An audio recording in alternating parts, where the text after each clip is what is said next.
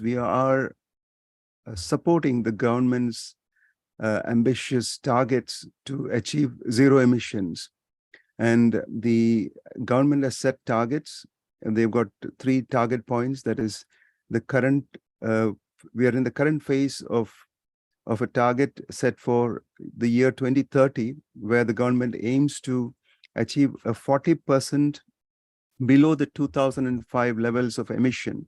And 2005, the relevance of 2005 is when the Kyoto Protocol was adopted and was ratified and came into force, where various nations had committed to zero emission or reducing emissions.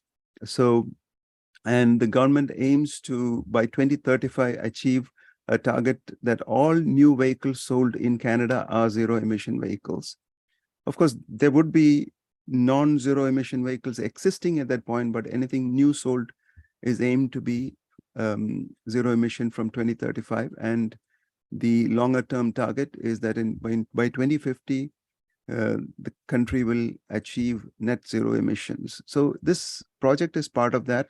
And the project that we have proposed to the government was to have different sets of activities, a set of student activities where students are involved with us on this project to work, and they will work to develop courses in awareness initiatives for other students and the public. And then public activities where we have community partners that work with us. Community partners, of course, Grand River Malayali Association is part of this project proponents with Astro STEM Labs, but other public community organizations like the Niagara Malayali Samajam, the Srinarayana Association of Toronto, then media partners and also social media influencers will work with us to take this awareness to the public. And of course, then we've got technology interfaces where we interact with research centers, universities, and various institutes that are working in the zero emission area. So from where we will draw upon both the technology information that they are able to provide us in taking it to the public, the awareness to the public, and also invite speakers like we have got today, Dr. Harikumar Ramadas. So these are the kind of initiatives that we have proposed for. And we've got about 4 quarters to do this work. And we are actually now in the second quarter of 2023. And we've got 3 more quarters to go. So the project ends by the first quarter of 2024. And this project is actually managed for the federal government by this department called the Natural Resources Canada. And so they partially fund our project. We have to meet part of the costs of it. Part of it is funded by Natural Resources Canada. And so today's talk is part of this initiative. And the speaker today is Dr. Harikumar Ramadas. He's a director at the Energy Management Center in Kerala, Trivandrum, which is called Thiruvananthapuram now in Kerala. And I invite Dr. Ramdas to introduce himself and take us through his presentation and talk today. Thank you, and over to you, Dr. Ramdas. So let me first of all place on record my sincere appreciation to GRMA and ASL for organizing this timely talk on a particular very prominent subject of importance. And let me also place on record my sincere gratitude to Mr. Belram, my friend, who have introduced me to Mr. Sujit and Mr. Dilip and all and giving me this opportunity for sharing some of my observations. And glad to see my friend Riju also in this program. The talk is on driving towards a sustainable future. So let me start with the ill effects of global warming, and to this August audience, this need not be elaborated, but as an intro. So we see everywhere, not in Canada, not in Kerala, everywhere we see the ill effects of global warming and climate change, and the temperature is shooting up is on the north. If you rewind and go back, what causes this global warming, we reach the tons and tons of thousands of tons of carbon dioxide being spewed to the atmosphere, through the industrial chimney or the tailpipes of gas vehicles. So this carbon dioxide is a main villain, and carbon dioxide you get when you burn the hydrocarbons, the fossil fuels. When you convert the chemical energy to different forms of energy, like mechanical or electrical, thermal. So there comes the energy environment nexus. And world over, there is a awareness and the need for cutting this carbon emission, and there is the target fixed by Canada, and this project being spearheaded by Natural Resources Canada through community level organizations. Now the option before us, I am using some images to drive my point a little bit more clear. No words in this, only images which I took from the net. So there are three options in front of us. One, I would say, is related to energy, the first option.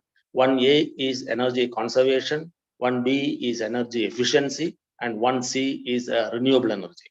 And the second one is absorbing the carbon dioxide which we emit through a carbon sink by using our natural carbon sink, which are trees and forests. And the third thing is carbon capture and sequestration, which is not yet commercially viable in many countries. So our point is on energy efficiency, and in this particular morning. So I would talk about energy efficiency, energy conservation, and then come to electric vehicles. And when I tell you about energy efficiency and energy conservation, these are two different words, and it has two different meanings. To just make my point clear, I would draw your attention to that to an example. You please take an example of an electric bulb, incandescent bulb, which is here it is mentioned 75 watt. Okay.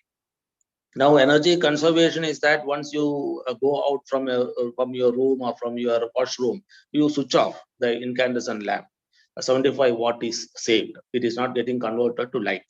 So that is energy conservation. And what is the cost to it? There is, in fact, no cost to it. You need to have the willpower to switch off the bulb when you go out of the room, or you put a technological gadget there, occupancy sensor. When you go out, the occupancy sensor make the light switch off. And what is it? The energy efficiency then. So the second bulb is the better one. Why we say energy efficient than the incandescent lamp, which is a compact fluorescent lamp or CFL. The wattage mentioned is 18 watt. Okay. So there we are not negating the energy service. The energy service is lighting. So we are keeping the lighting service as such, or even better, but at a lesser power. So from 75, you are reducing it to 80, but without negating the energy service. So there we call it as energy efficiency. And that is through technological advancements. And the LED is the new one. So in the place of 75 watt, you can have 11 watt LED bulb, and with better output of lumens. And energy efficiency, there are different gadgets and different services we can talk. And here in this particular discussion, we are talking about an energy efficient vehicle, which is electric vehicle. Now, electric vehicle, you can divide these electric vehicles into three different, broadly into three different categories. One is the hybrid electric vehicle. The second one is the plug-in hybrid electric vehicle, and the third one is a battery electric vehicle. I would like to start from the battery electric vehicle. So, battery electric vehicle, there the fuel is 100% electricity. And there is no other fossil fuel, your gasoline or diesel, there is no other fossil fuel, only electricity. And therefore, the battery size will be bigger compared to the other two models. And see, I am using an electric battery electric vehicle, Hyundai Kone, which can run about 200 to 220 miles on full charge.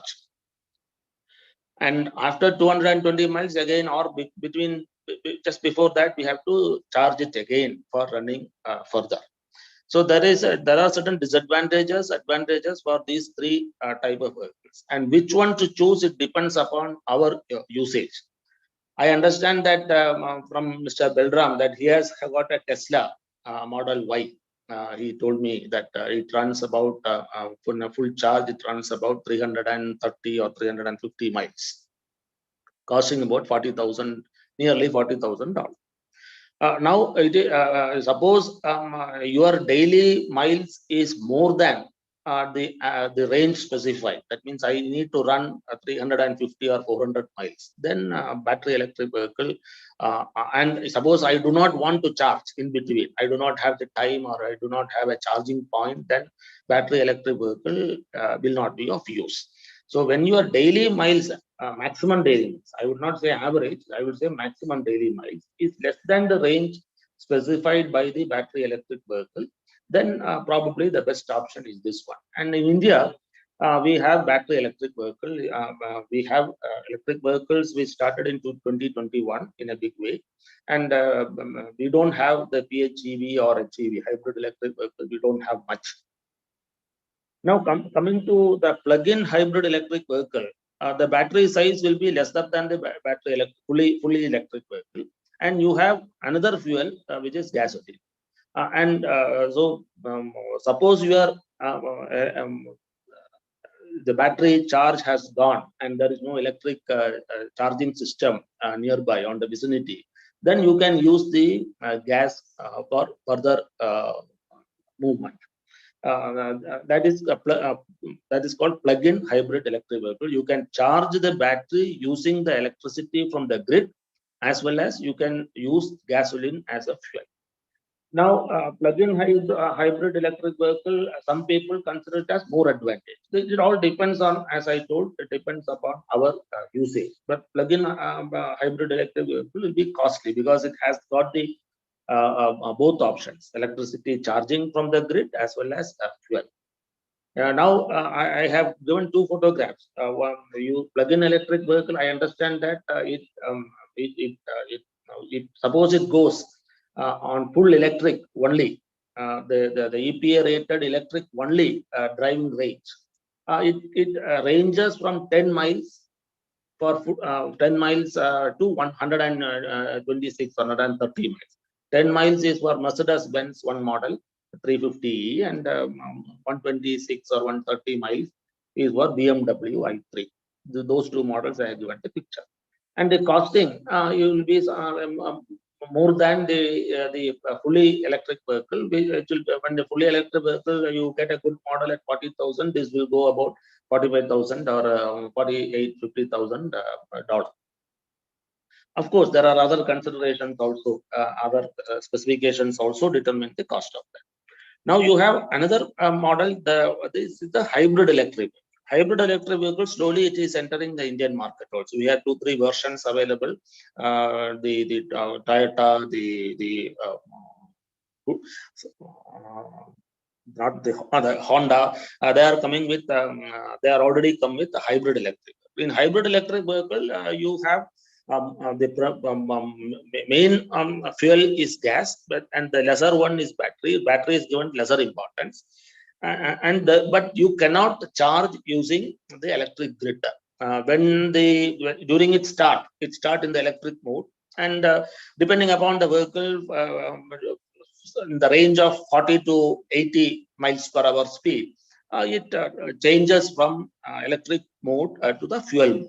So in the city condition, we use the electric mode, and when you go out from the city or when the speed increases, you switch over from the electricity to the fuel. And the electricity is generated using the same fuel which we feed in the vehicle. It is not charged using the grid power. So long distance mode and without electric chargers on the way, or with electric chargers, but you don't have the time to charge it maybe for 45 minutes or 2 hours, or depending upon the chargers that we will discuss a bit later. The hybrid electric vehicle is an option. So that is the difference between these two, the three models of electric vehicle. Now, when we say electric charging from the grid, that one point I would like to draw your kind attention is that you can charge when you charge from the grid.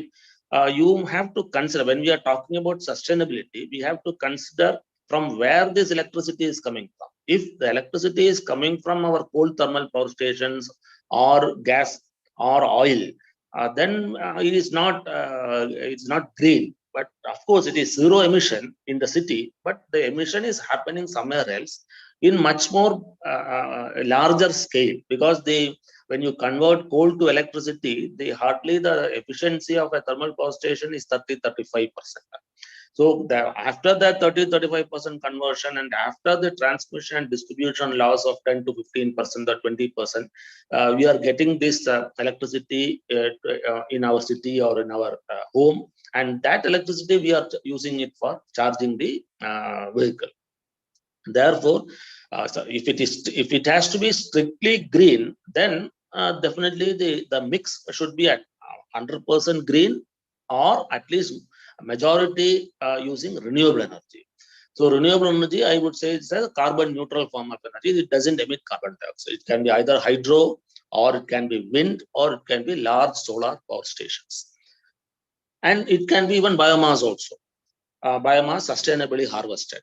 Now, it can be a smaller solar power plant over your roof, or it can be from the larger power plant. And in India, we or particularly in small states like Kerala, we normally advocate rooftop solar power plants.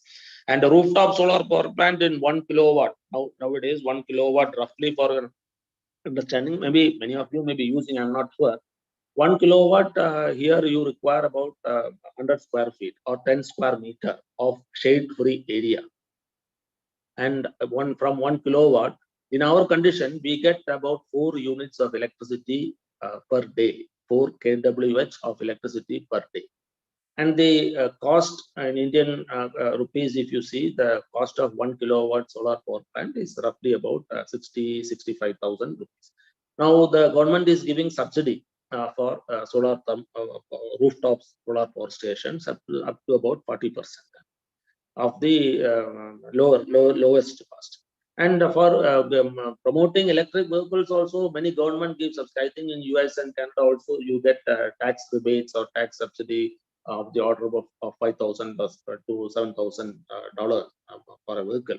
Now, here in India, we don't give a subsidy for electric vehicles costing more than 25 lakh Indian rupees, but the tax rate we have reduced to 5%. When the normal tax rate is hovering around 18%, the tax rate for electric vehicle is around 5%. But it is only for the battery electric vehicle, fully electric vehicle, which doesn't use any fossil fuel.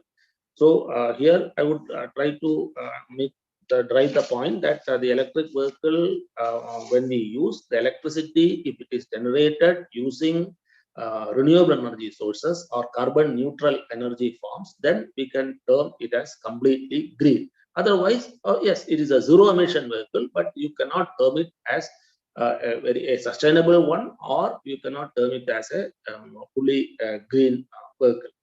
Now, let us speak about on the charging methodology and a little bit on the battery side, because from the normal internal combustion engine, we are taking out the engine and we are putting motor and battery.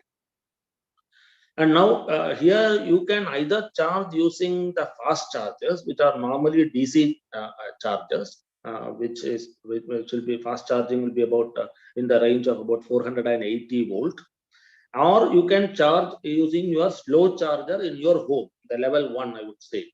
In your home means in your place, I think the voltage level will be about 110 to 120 volt. In our place, it is 230, 240. So in level 2 in offices or in malls and all, perhaps you use level 2 chargers in outside. That is a 240 volt. But here in India, the domestic voltage is 230 to 40 volt. So depending upon the charger, fast charging or slow charging, your charging time will increase for slow charging, definitely.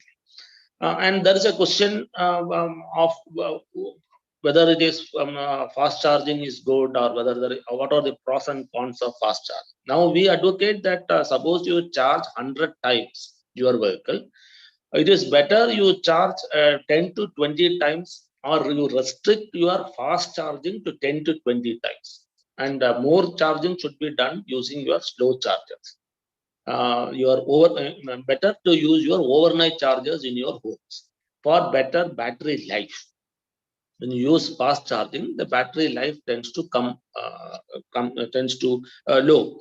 But there is an range anxiety for the owner. Now, suppose in Kerala, where I use the Kone electric vehicle, in terms of kilometer, it goes about 340 kilometer, or miles 210 or 12 miles. Now, from suppose my I am from here, I have to go to north to Trichur. Up to Trichur it will run. But we normally get an anxiety that suppose it charging there is a traffic jam or traffic problem, and the kilometer decreases, and where to find a charger. So fast chargers have come on the road, and I believe that in Western countries also you have fast chargers put by Tesla and other people. I think every week some few chargers are getting installed in many places. It all depends upon individual usage. Suppose your usage is less than the range prescribed by the vehicle, it is better you switch on the charger before going to the bed, and in the early morning when you wake up and you are ready to go take the vehicle, it will be 100% charged. Your battery life also will be good. You can use fast chargers also when you drive in the highway for long distance. 10 to 20% time fast charging, it is better for the car. Now here the oil companies, the BPCL, the IOC, Indian Oil Corporation, they are all putting chargers in their petrol stations, their gas stations. But the rate of people, the users, are very less. Now, there is another way in which you buy the vehicle minus the battery. So battery is the anxiety part. Okay, you when you buy the vehicle, you like our cooking gas in some part in not where you have the city gas distribution, but in places like India we have the gas cylinders. So like that, you buy the vehicle minus the battery, and the battery can be swapped. That swapping has come in India in auto rickshaws and two-wheelers. Two-wheelers is a recent entry, but in auto rickshaw it has started 1 year back. You can swap the battery. Once the battery has gone to lesser charge, it need not be very minimum or nearly zero, but at any point of time you want to go to the swapping station, and you can get a new battery, a new fully charged battery. So you have to pay the price for the incremental charge for the new battery. So that possibility is there. Now, when we use the vehicle, so we have to be concerned about the mileage. Now, in the internal combustion engine, the mileage depends on the vehicle, the fuel injection part and engine things. But here, you see, when we are using the Kone during the initial years, even the service people are not fully aware of the connection between the coolant used for cooling the battery system and the mileage. So where Kone, which can run for about 212 miles for full charge, 10 to 15% mileage can reduce if you are not changing the coolant as specified by the manufacturer.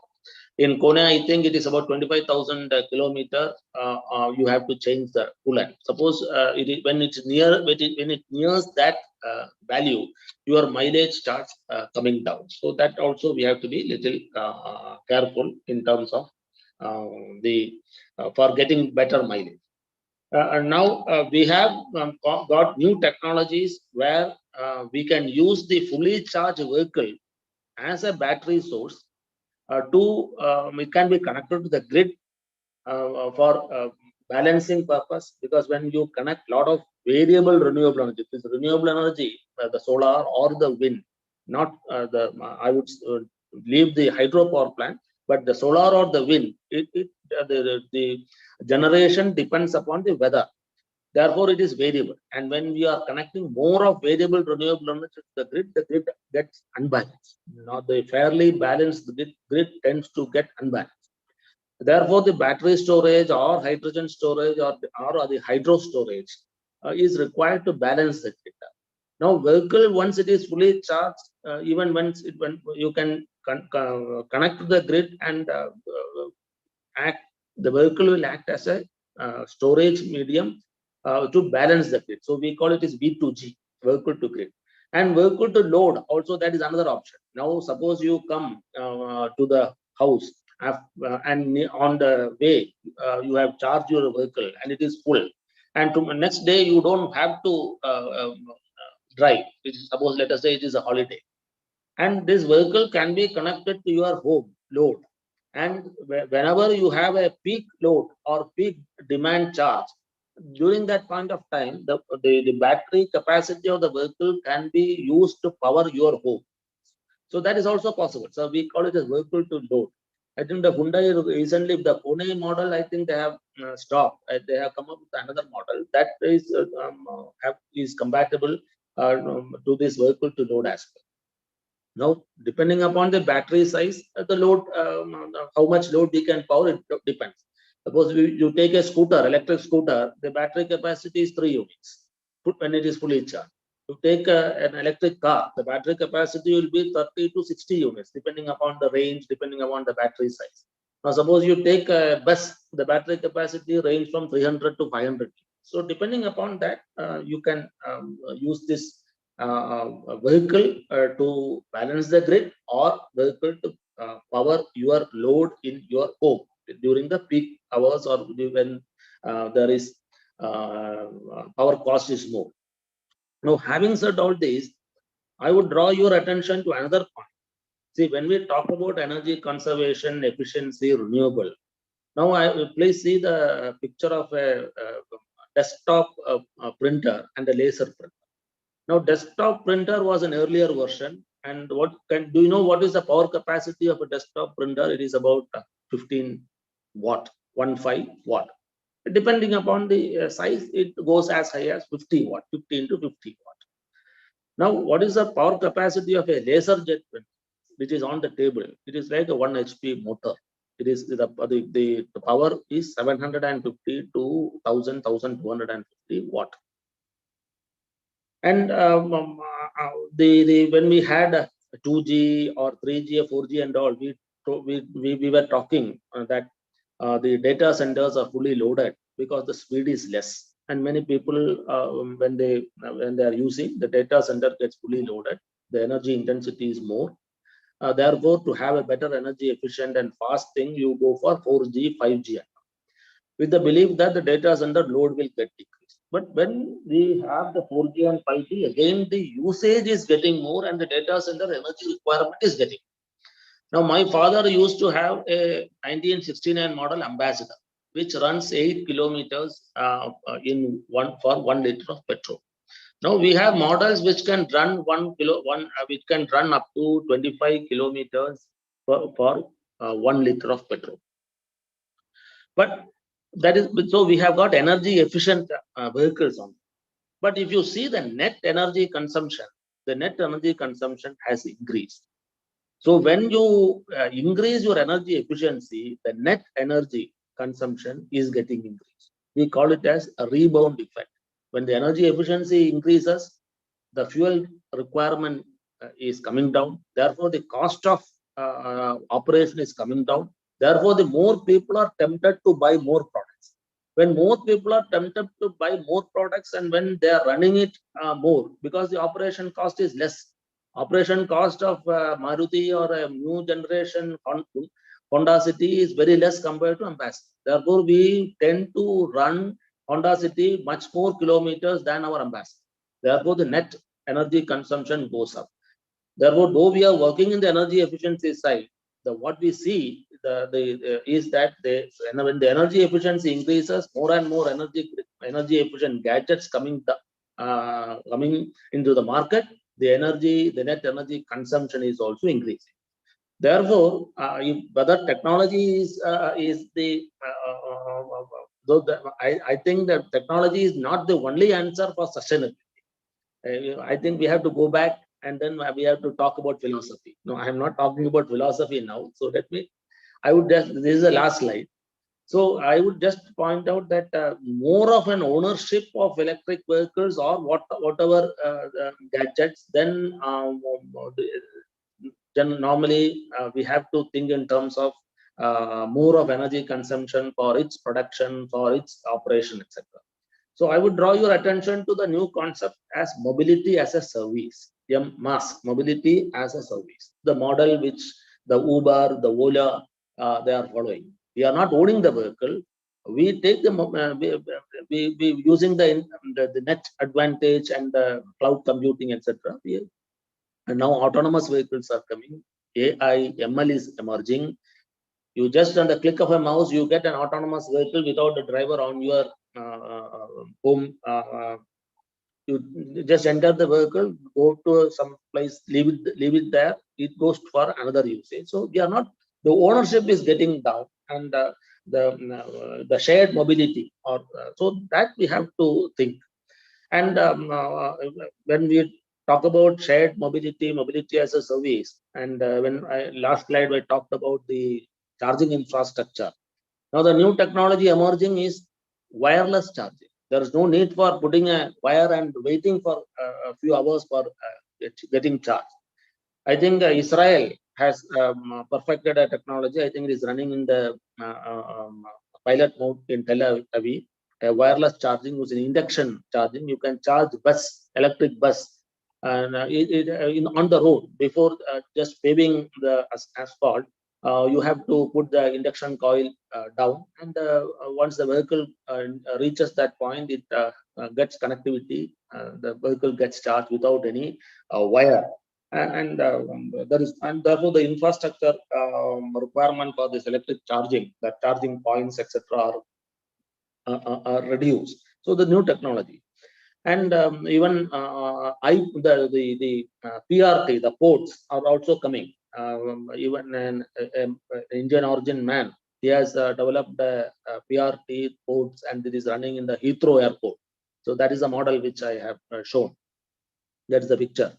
And the India government have invited him, and we are getting this PRT in a North Indian state. I think it will happen within next couple of years. We will be getting one.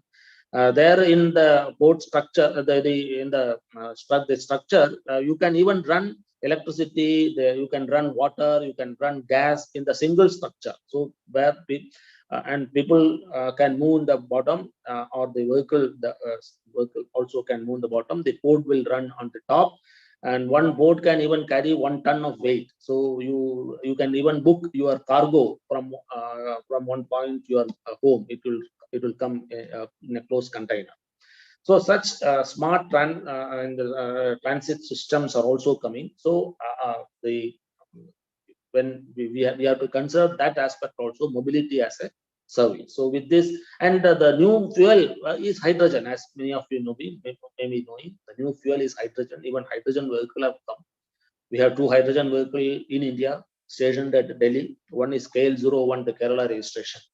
Okay, now I will not speak about hydrogen in this talk. So I will talk. I will stop with this last slide, and we may take questions. The time given is 30 minutes. I think I have not crossed 30 minutes. So energy is precious. Time is more precious. Thank you very much.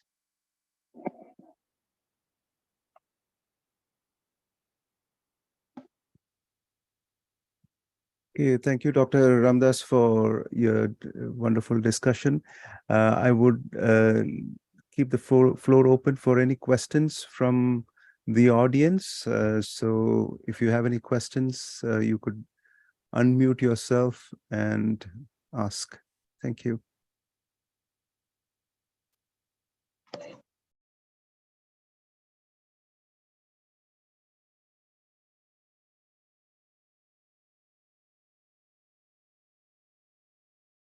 Okay, if nobody has any questions, or while you're getting ready for your questions, I'll probably take this discussion for a little bit further with asking a couple of questions to Dr. Ramdas.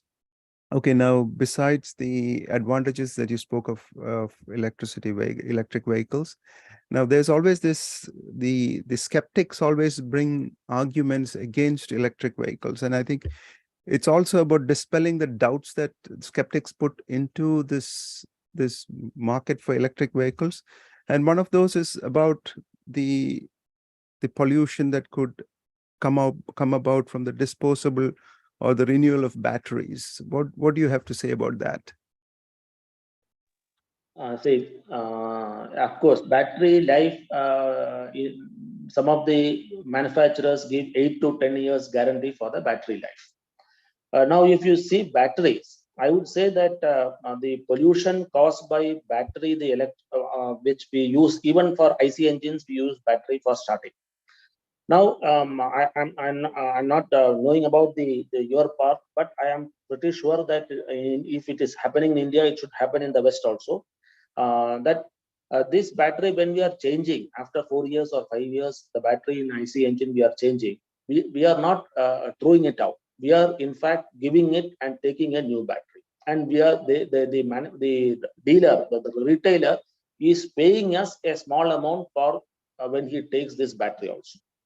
But if you consider the small dry cells which you use for your torch or your clocks, there is no mechanism for that. In India, of course, there is no mechanism. We throw it out. And so the menace of the dry cell is more compared to the automobile battery or the battery which we use in our inverters, solar inverters. This battery is taken and then they are refurbishing it. Therefore, it is, I would say, battery pollution, it is not a much concern. And after the battery life, after 8 years, this battery from the automobile, it can even move to your inverters or your in your home or for a stationary application. So we can find a new application for the battery after its automobile lifetime, after 8 years or so. But of course, the material which we use in the battery for mining lithium, when we use it is a rare metal. The cadmium is a rare metal. So mining, of course, it is a environmental pollution is there. But compared to internal combustion engine, there also we use a lot of metals. Compared to internal combustion engine, the argument is that electric vehicles is net pollution is very, very, very less. Okay, thank you. The other question that normally the skeptics bring about is that should all vehicles be, say, hypothetically be converted to electric vehicles which need charging, then there will be excessive load on the grids, and that would in turn require a lot of capital expenditure, which we are not incurring today. What do you have to say about that? Say for scooters, auto rickshaws, and cars, I would suggest that electric vehicle is a good option. And but for trucks and buses, the new generation hydrogen engines will be a better option because it gives more range and mileage. Now, hydrogen also you have two ways of conversion. One is hydrogen to fuel cell, and fuel cell generating electricity and coupling with the motor, the vehicle runs. Now, recently, new innovation has happened in India that hydrogen is directly fired in a modified IC engine, the internal combustion engine. So instead of diesel or petrol, hydrogen is getting fired in a petrol engine. So for trucks and all, we call it as HIC, hydrogen internal combustion engine. So for trucks, I would probably in the future we will see hydrogen in trucks and the electric batteries, whether it is a plug-in model, hybrid model, or fully electric for cars, scooters, and auto rickshaws. Okay, so you foresee the use of the use of hydrogen, either fuel cell or even fired hydrogen, in the medium to heavy duty vehicles and that batteries will take up the bigger space in the lighter vehicles, right? Yes, yes, of course. Okay, thank you. Thank you for sharing that. Yeah. And again, another concern that I would say that comes from the skeptics is that in the old days, or since the industrial revolution and since internal combustion engines became popular, we went through this several decades, or probably a century or more of a time period where we relied on the basic technology to be the internal combustion engine, but it improving in efficiency over time. But there was no fear of technology being completely outphased in a short period. Whereas now we are in this big transition phase where we are moving to new technologies like battery or higher fuel cell. And anybody investing in a car would always have this fear that after they invest, should their investment be outdated in a very short time frame? That, of course, it's not a big fear, but I think that could be more a fear in people who invest in fleets, where a lot of their assets, like something like a taxi company, or where they invest in several vehicles together, whether it could get outphased in a short period of time, whether that battery technology itself would get outphased, and that replacement of a battery of a newer generation would require a significant capital outlay. What do you have to say about that? So yes, of course, that concern is real, because when we had this electric vehicle introduced in Indian roads, the Tata people came out with the Tigor model, which gave a mileage of 120 kilometers. Mm-hmm. Now, our office, since we are preaching electric vehicle, so we have to practice also. So we bought one Tigor, which runs only 120 kilometers. Now, after about 3 years, we saw in the market that more and more vehicles are coming with a range 300 plus. So with new battery. So what we do with 120 plus kilometer vehicle, that's a question. So but now once the electric vehicle technology, I would say it is now almost perfected, and even we are getting vehicles which can run to 400 miles in one charge.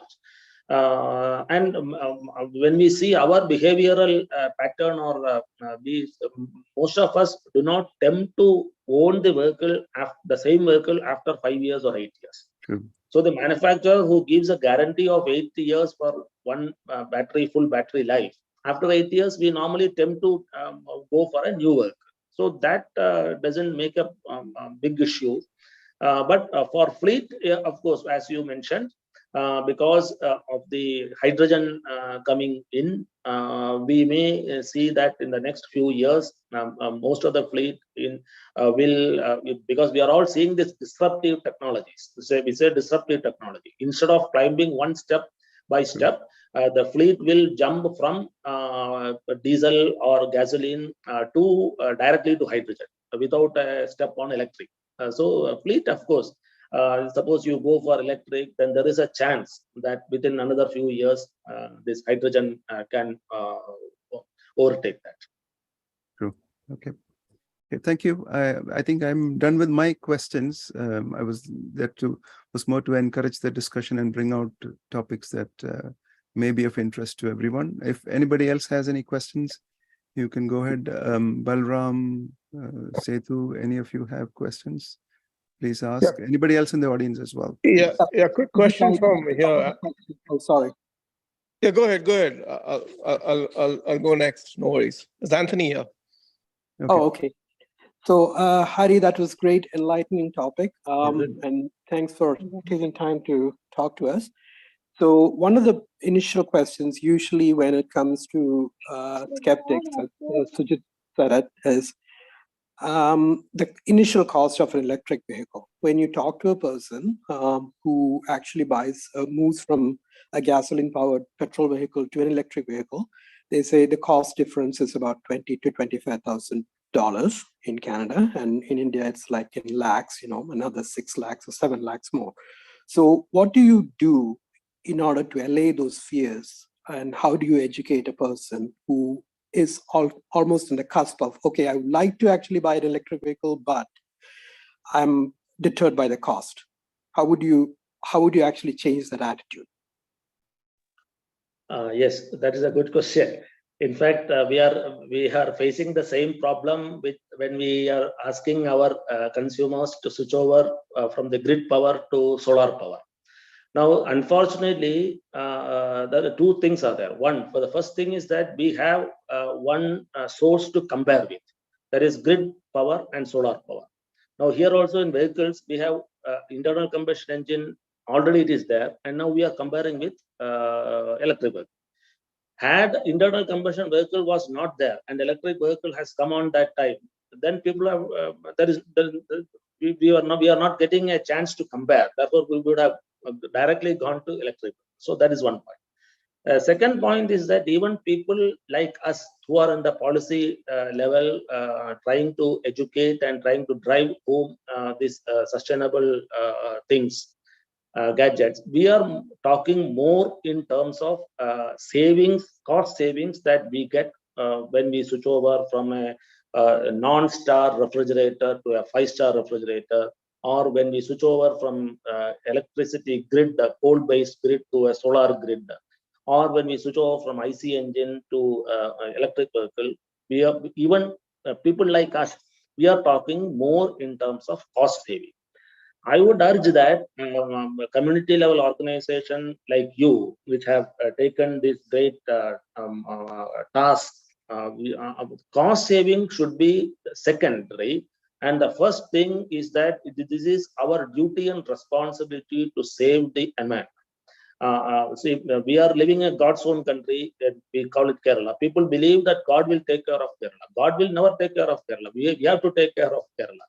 Because if mankind is washed away from the earth, for earth, nothing will happen. Only so we should be careful enough that we need this environment. So I think we should first talk in terms of, and now we are giving, as he was asking me, the awareness what we are giving is primarily on creating an ecosystem where we can live, or our next generation can live with good air, with good water, with good sunlight, with good greenery.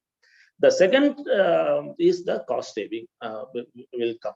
That is so, and fiscal incentive, yes, for subsidy. I would say that in India, like country where the population is very huge, you cannot give subsidy for electric vehicle, and people who can spend a few lakhs, 10 lakhs or 15 lakhs of Indian rupees, there is no need for giving 50,000 or 2 lakh rupees subsidy.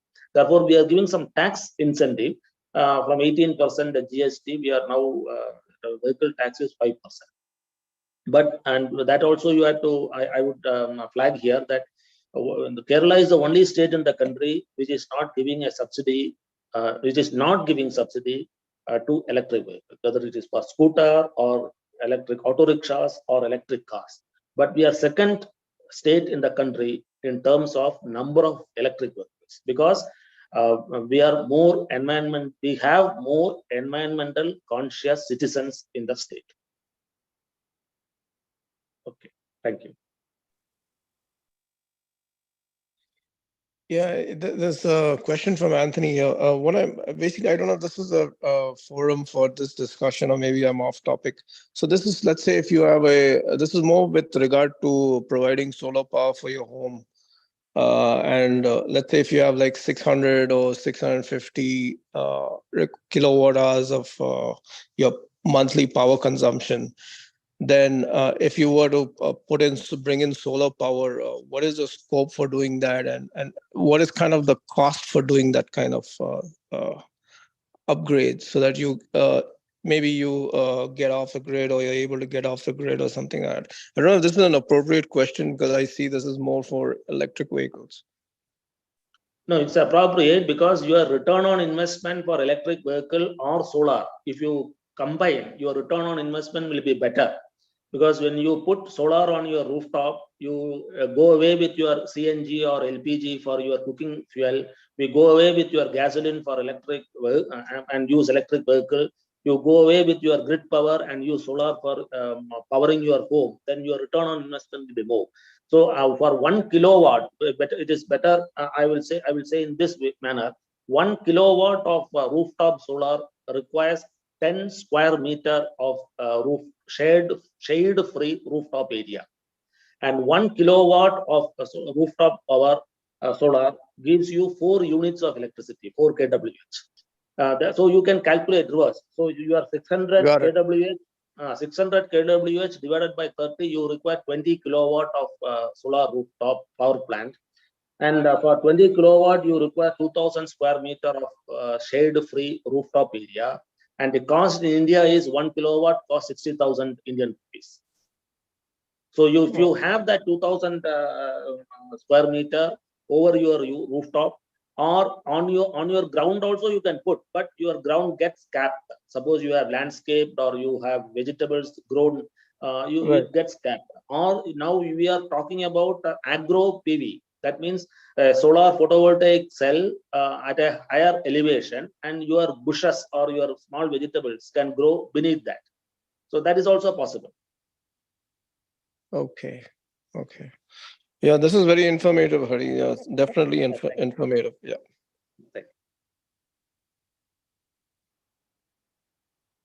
Hi, this is Suraj here. So a quick question, like in countries where the electricity is generated using coal rather than water, how would someone, or how would we as a person vouch for going electric rather than going for an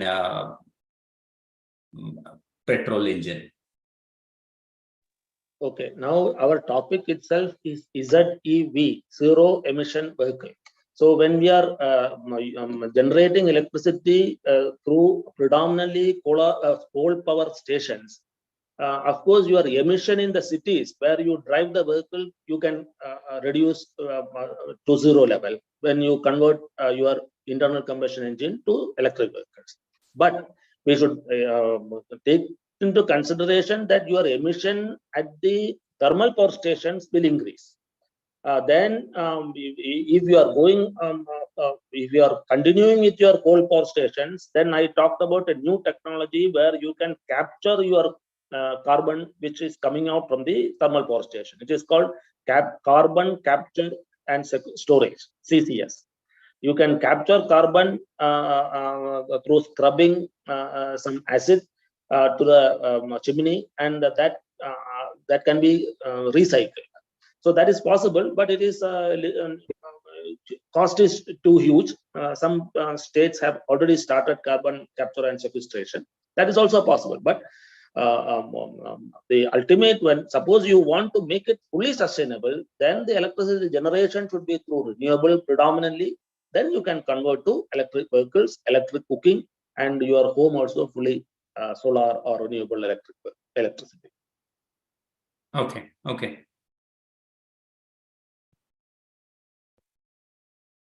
Thank you. That was a good point you brought about carbon scrubbing happening at the generation end rather than because it's not possible to do that so very well in the vehicle or the consumption end, right?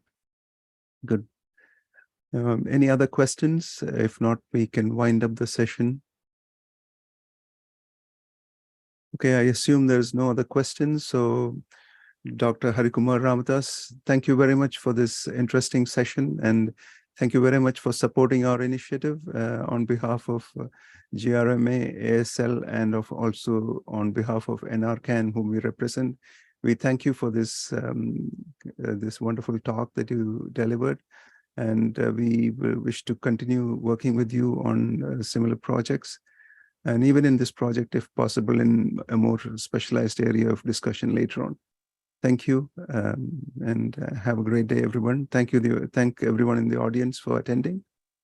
And we please log into our website, that is www.zevai.ca. You can register yourself for future sessions that we will be hosting in the coming months. Thank you very much. Thank you all. Thank you very much, and wish you all the best in your good endeavors like this. Thank you. Thank you. Bye-bye. Thanks, everyone.